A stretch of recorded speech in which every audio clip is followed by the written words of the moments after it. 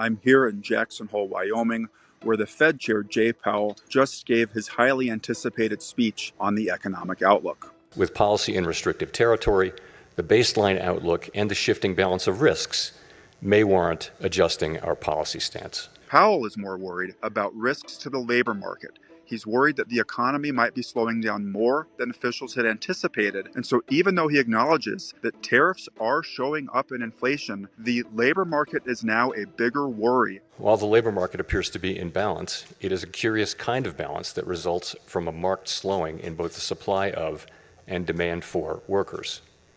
This unusual situation suggests that downside risks to employment are rising. So some people might be saying, well, wait a minute, you just had a policy meeting 3 weeks ago and you held interest rates steady. What changed? Well, what changed was that on August 1st, the Labor Department reported notable revisions in job growth for May and June. And so what looked like a picture of relatively solid labor market looked a lot less so after those revisions. There's been a big debate about what's happening on inflation. Are tariffs showing up? And Powell answered conclusively, yes, we are seeing the tariffs now feeding into goods prices. A reasonable base case is that the effects will be relatively short-lived, a one-time shift in the price level.